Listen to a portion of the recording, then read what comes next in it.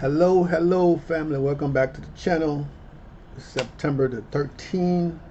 The time now in Cartagena, Colombia is 3:28 p.m. The market has closed, so I decided to make this video. Now my portfolio can go up, I'll go down in extended hours, but I'm just gonna do this video now because it's Friday. Maybe I want to get out and have some fun since I'm in Cartagena, Colombia. Guys, as you guys know, this channel is doing good. Every time I log into this thing to do a video, we have gotten 1 or 2, sometimes 5 subscribers. And I appreciate you guys subscribing to the channel. That means I'm doing something right. I'm providing good content and something helpful. The reason I started this channel, guys, was to give back because nobody taught me how to do this. I learned this on my own. And I want to be able to help brothers, sisters, to work on their financial independence, retire early. Now, you don't have to retire early. Once you get financial independent, you can still work. That's the choice is yours. But the main thing is having that financial freedom, right? Where you can choose to work or not to work. That's up to you. So as you guys know, this channel is based on my experience, and everything is done here is for entertainment purposes only. Like I always say, you're welcome to follow my portfolio, but you do it at your own risk. Do your due diligence, okay, guys? So let's get right into it. Let's go to the first portfolio. All right. So this is my main portfolio on Fidelity, and as of today, we are up 120%, right? 120%, 1.20%, okay? 1.20%. We are up today. Yesterday we were up 1.74%, right? And then today we are up another 1.20%. And we beat the S&P 500 yesterday. We beat the Dow yesterday, and I'm sure today we're going to beat them again also. Okay, guys. So I didn't buy anything today other than what was reinvested. I did try to sell part of my portfolio. One of the ETFs in the portfolio actually is a REIT. I have a lot of those, and I'm trying to get rid of certain things, and especially in my higher risk portfolio, I want to get rid of all of the things that are lower yield and just keep it higher yield. Since I'm already pulling money from the account, I might as well invest in things at higher yield that I can get more income, right? So let me go to activities and orders. And as we go right here, you'll see this is what I put in. I put in to sell 7,000. I have about $9,000 invested in this. And I'm trying to get out of it, but I didn't want to lose a lot of money. Especially in this portfolio, I own it down, I think it's like $89. And in the other portfolio, I was down like 700 or 800 or whatever it was. But, I was down in both, but I've been daily cost averaging to bring it down. And then if I'm not going to keep it, I can sell it. But now I'm trying to get back to even keel. So I'm still going to sell it and buy back in. That's the point, right? Sell it. Maybe I buy another 1,000 to beat that dividend, the daily cost average, to get that number back to where I'm in the green. But that's the goal. So I only got one thing that pays today, and that's royalty income, and that's another REIT, and they pay $15.46, right? And that money was reinvested already. That money was reinvested already, and we buying stuff, right? So I mean that's how it is. So let's get to it's not so much to show here. This is plain and simple. Investing in dividend income portfolio, investing in stocks that pay dividend or ETF that pay dividend. It is very boring, right? It's nothing exciting about it. Even though I try to make it look interesting, but in the back end, overall, it is very boring. Somebody's trying to call me. Maybe this is a job or something. But they called twice already. So if they call again, I might have to pause this and answer them. Might be somebody offer me a job. I could use another job right now, make more money to put into here, to speed up the process. Okay, guys. But in this portfolio, we paid down the money we owe back to Charles Schwab. That was at 45,000 yesterday. Now it's at 44,000. It wasn't that much. Maybe like $20, between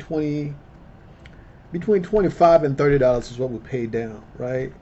And as you can see, yesterday we were a lot. We had a lot more in here, right? But we paid down. I mean, actually, the gains went up. So when the gains go up, the loss go down, right? So overall, this is where we are right now. Overall, right? That's pretty good, right? Like I said, I daily cost average and pay down, and buy positions that are way in the red, because I don't want to be like other people, be like, oh well, it's already in the red, it's making income, and then what happens if you need to sell at one time and you got all those in the red? When you sell, I mean, you're losing a lot of money. So even though you're making money, you have to learn the way to daily cost average, no matter if it's 50,000 in the red or if it's 1,000 in the red. You always got to daily cost average and balance it out. And that's why I learned the slow way, paying stuff that pay less yield, and I carry that on to stuff that pay higher yield. Okay, guys. And I did the same thing here. I tried to sell today in this portfolio, and let's see if it'll pull up, right? I tried to sell in this portfolio. It didn't go through, right? Because I was trying to sell for $2.60, and at the time, I think the market was 255, and they were asking for 260. Well, this was mine 260, and the last was like 259. So it didn't get close to where I wanted to sell.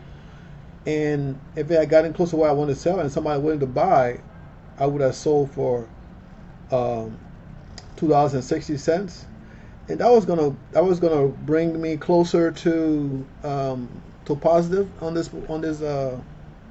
position, but it didn't happen. So, and they opened at 260 today, and I was busy today, and I really didn't have a chance to check. And so if I had a chance to check, I would have sold at 260 this morning, because that would have brought me closer to what I need to be, and then buy back in either next week when they go back down, or wait whenever they go back down, and I'll buy back in so I can get closer to my number, right?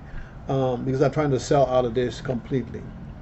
Maybe I'll keep 500 shares, and they're predicting it's going to go to $4 within the next year or so.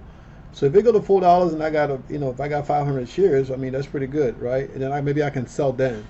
But it's not something I want to keep for a long term. So maybe another short term, a year or 2 years. But I don't need a lot of it. All right, guys. And then to E-Trade, I tried to buy again today, right? And when I went to buy, like I said, I was busy today, I didn't get a chance to do it. And when I went to the extended hour, I was like, let me see if this is going to work today. They told me it was either going to work today or Monday.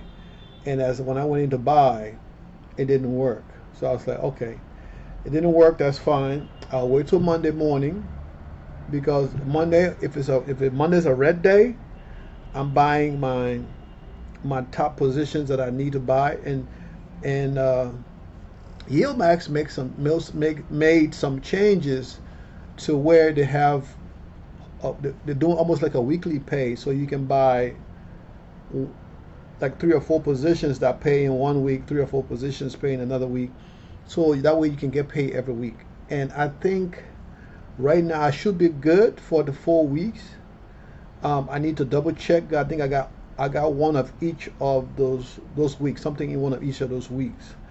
I may be out. I might have 2 things in some of those weeks, but I mean, it's still good, right? And then, so I'm looking at getting maybe up to, I would say 10 positions on this portfolio. Maybe more, no, maybe less, but I'm gonna keep it at 10 because I need to get some Defiance, some YieldMax, some Roundhouse, and what else? Yeah, those 3, right? and I need to get some from the three of those, and that'll be it. So, uh, and that should be enough to generate some income on this portfolio. This is, as you guys can see, I only got $200 some in this portfolio, right? And once I can use margins on this, it's already got margins set up right now, but I think it need to be at a setting amount for the margins to kick in. I don't know for sure. I'm gonna call these guys next week and find out. I'm not gonna look it up. I don't have the time. I'm gonna call them to find out when do margins kick in. How much amount do I need to have in here? Probably it's $1,000 most cases. Sometimes 5,000, but I think it's about $1,000 in most cases. But it's already enabled right now, as you can see, marginable securities, and then non marginable securities, the same amount, right? So, but that's where we are right now. So I mean, it's a small amount, so I can max it out and buy everything. Even if I get up to 1,000, and I can max it out and just buy $1,000 worth of stuff, plus whatever I get on margins, another $3,000 or $4,000, and that's okay, right? So if I get margin calls, I can just throw a few $100s in there, and that should balance it out. If it's not that crazy, but I'm gonna wait. I mean, we got some red days coming soon, and once that happen, I'm gonna go in and buy. All right, guys. So actually, I didn't show the portfolio, the other couple of portfolios I have. I didn't show those today. I didn't show. Okay, I didn't show the Robinhood or the M1 portfolio. I mean, I showed it all the time. It's nothing really changing that, but this is the new portfolio now. Even though it's not new, I had this since 2000, but it's still new because I haven't used it in a while, and now I'm trying to start using it again. So we're going to see how this is going to work out. So you guys can say, well, Edwin, you have all these portfolios paying a lot of money, with, even though I don't really put money into M1, and Robinhood got a lot of money in there, but it's in crypto. So this portfolio is another portfolio that you can see it's got under, I mean, the actual amount in here right now that I can buy is $187.24. But I do have two positions in here that I'm just going to leave alone. Eventually, I'm probably going to sell out of those. There's something that I had back then, and it's still good, but I need to get away from that. I need something that pay higher yield and bring in more income. All right, because I'm getting to the age and the stage where I'm ready to retire, even though I'm still working, but I need income. Income right now is the more important thing, right? To match up with the job. But guys, that's where we are. I don't want to keep talking about the same stuff over and over. So let's go to where we are overall, right? There's not a lot of changes. I got a few dividends that came in, but it's not enough to push that number from for 107, right? And on the low end, we're still at 7,000 a month, and on the high end, we're at $8,585 a month. So like I said, the portfolio is doing good. So next month, I should get $8,356. That's estimated based on the next 12 months of what it's supposed to come in. Now, like I said, it might be off by, it could be off by 10,000. It could be off by 20,000. But this is what this information is giving me right now, based on the data is pulling, right? And the calculation is done. So it could, like I said, it could be off by 10, it could be off by 20,000. But either way, I got money I got money coming in, so I'm still making money, right? So the bottom line is I'm making money for what I have, and I'm not losing money. It go up and down, but I'm not losing any money. Okay, guys. So this is where we are, and as the next 12 months, right, goes, this is where we are. Now, this number is going to change because the more dividend we have coming in, this number is going to change. Because when the dividend coming, they're going to be reinvested. And then when the dividend come into the account, if I don't remove that money, right, the balance is going to, my buying power is going to go up, right?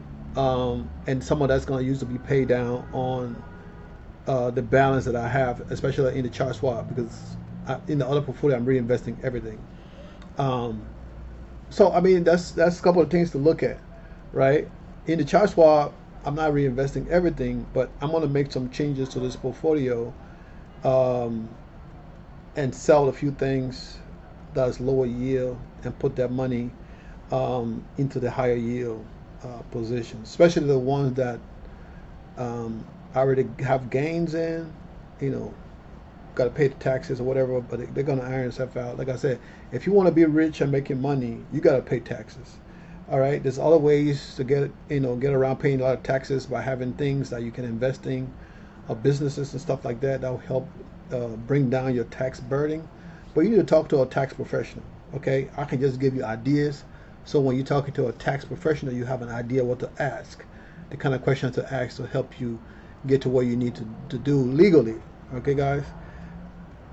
So this is what we are, guys. We're doing good. This is my favorite number. I like to hit this right here, and this gives me that 10-year future mark. Even though I'm not, my goal is to quit working when I'm 55.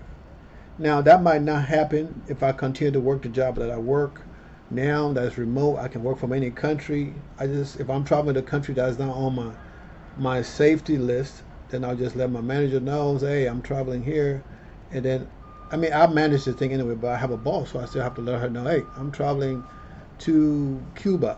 I don't plan to go to Cuba, but that's just an example, and I need to put that on my list, and I'll be in Cuba for a month or whatever. But once it's place that I go permanently, I go all the time.